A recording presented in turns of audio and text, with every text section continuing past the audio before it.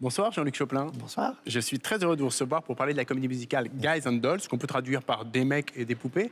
Mais avant d'en parler, je voudrais quand même qu'on dise deux mots sur vous pour les téléspectateurs qui ne vous connaissent pas. Vous avez dirigé quand même quelques temples de la culture et du divertissement. On peut citer l'Opéra de Paris, Disneyland, le Théâtre du Châtelet et aujourd'hui le Théâtre Marigny. Alors je voulais savoir, c'est quoi le dénominateur commun? C'est quoi le lien entre Nureyev et Mickey? Alors d'abord, j'avais l'habitude de dire que je suis passé pour l'opéra des petits rats, chez Mickey, à la souris.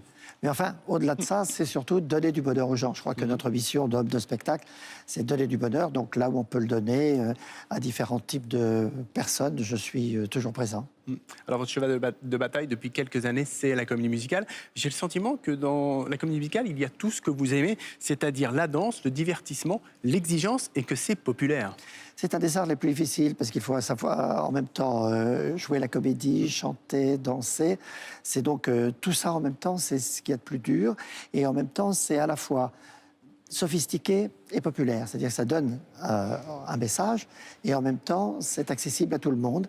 Et puis, il y avait tous les grands classiques qui n'étaient pas connus en France. Donc, j'ai voulu un peu faire tomber les barrières entre les catégories, entre l'opéra, l'opérette, et donc valoriser la comédie musicale et en même temps donner, encore une fois, un grand bonheur à tous les spectateurs. Alors, votre dernière production s'appelle Guys and Dolls. C'est déjà un succès public et critique. Racontez-nous d'abord comment vous est venue l'idée de monter ce spectacle.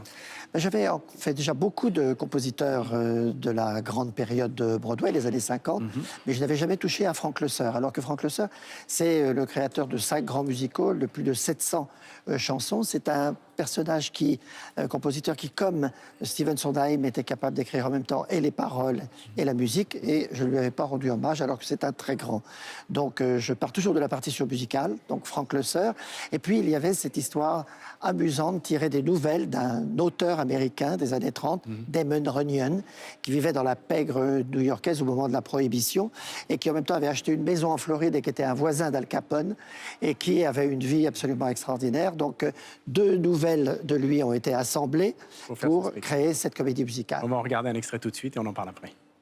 I got the horse right here, the name is Paul Revere, and there's a guy that says if the weather's clear, can do, hey, this guy says the horse can do, if he says the horse can do, can do, can do.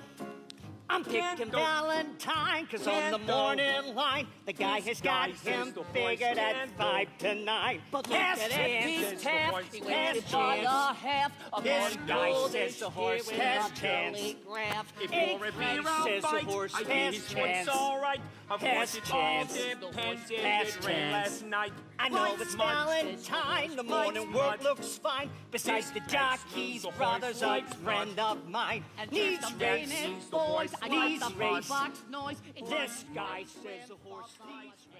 Ça vous surprend que le public se bouscule pour venir voir ces spectacles en anglais? Vous avez hésité à le traduire en français ou c'est un sacrilège? Je ne veux absolument pas le traduire parce qu'on perd de la qualité. C'est un peu comme une photocopie, si vous voulez, qui devient de plus en plus pâle au fur et à mesure que l'on copie. Là, je pense qu'il faut donner aux spectateurs le spectacle dans son meilleur, dans son excellence, et le faire avec des acteurs qui sont anglais, mais qui ont l'accent américain qu'on leur a demandé de prendre et de donner l'original de la version du spectacle. C'est pour moi un devoir. Oui. Alors vous avez une jolie formule, hein. Vous dites que vous voulez faire du théâtre Marigny un théâtre du beau temps. Ça veut dire quoi? Qu'il ne faut pas espérer revoir une reprise de Singing in the Rain? Oui, c'est très joli, merci. Non, je crois que beau temps, ça veut dire un petit peu un théâtre loin des tornades, c'est-à-dire un théâtre du bonheur, un théâtre de la légèreté, un théâtre, une légèreté qui ne veut pas dire pas de profondeur, car la profondeur se cache souvent à la surface, comme disait Hofmannsthal. Donc voilà, je pense que c'est un théâtre joyeux, un théâtre du bonheur, un théâtre pour le plaisir, un théâtre de divertissement. Voilà, je veux faire de Marigny un temple du théâtre musical sur la plus belle avenue du monde, voilà, pour en faire le plus beau théâtre du monde. Merci beaucoup Jean-Luc Choplin. Alors Guys and Dolls, c'est au théâtre Marigny jusqu'en juin et vraiment allez le voir, c'est juste formidable. Et c'est vraiment un théâtre du beau temps, un spectacle du beau temps. Merci beaucoup, Jean-Luc Choplin. Merci beaucoup à vous.